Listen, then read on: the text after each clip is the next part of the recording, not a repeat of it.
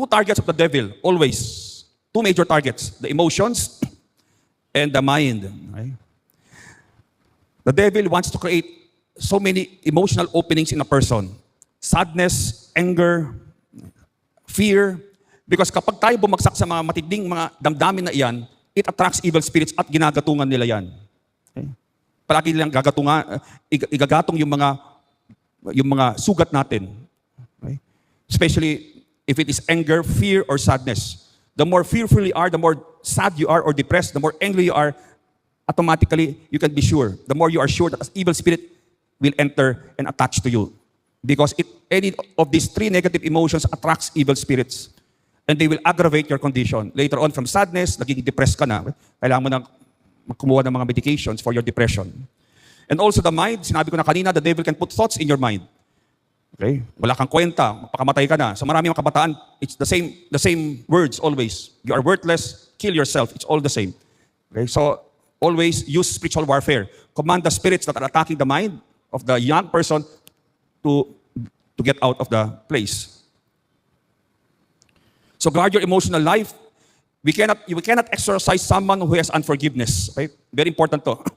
Many times, when we experience, hindi umaalis yung mga masasamang spirito sa isang tao, we ask always, have you forgiven everyone in your life? Many times, it is unforgiveness that is the main reason kaya hindi umaalis ang mga masasamang spirito. Meron silang kinakapitan. They get their energy when there is unforgiveness in the soul. Okay? So remember that giving in to our emotions, okay, these are sinful temptations. The sinful temptations is very, very dangerous because it gives power to the evil one. So constantly strengthen your will, discipline your emotions. Pag kayo ay tinukso, agad-agad labanan ninyo. Don't wait habang tumatagal. Okay? Kasi habang tumatagal, lumalakas ang tukso. Kapag may pumasok dyan na isang negative na thought, wala kang saysay sa buhay, okay, you are worthless. Immediately rebuke that. Okay? That is coming from the devil. That is not coming from the Lord. Automatic yan. Okay? So remove that because if you feed on that, little by little, you will start to experience, okay, the effects of listening to the devil. Okay? Babagsak ka sa napakarami mga problema. Okay? So check your thought life also.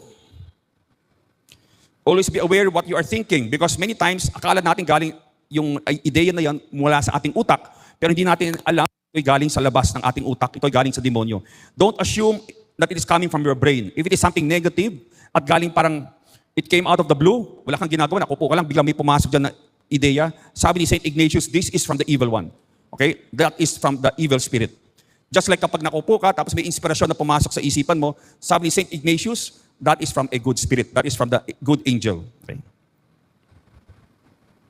Don't forget to discipline your body so that you are not easily triggered by the devil. If you are easily triggered to anger, check on that. Okay? Okay, discipline it because if it is not disciplined, the devil will continue to trigger that weakness. For example, we can discipline our body through fasting, okay? Denying certain pleasures that one enjoys frequently, like maybe going to Starbucks, okay? Remaining silent, gusto mo makipagchismisan, okay? Instead of speaking with the issue is not important. So these are some ways we can discipline our emotions. Para kapag dumating na ang tunay na tukso, we have the strength to be able to say no.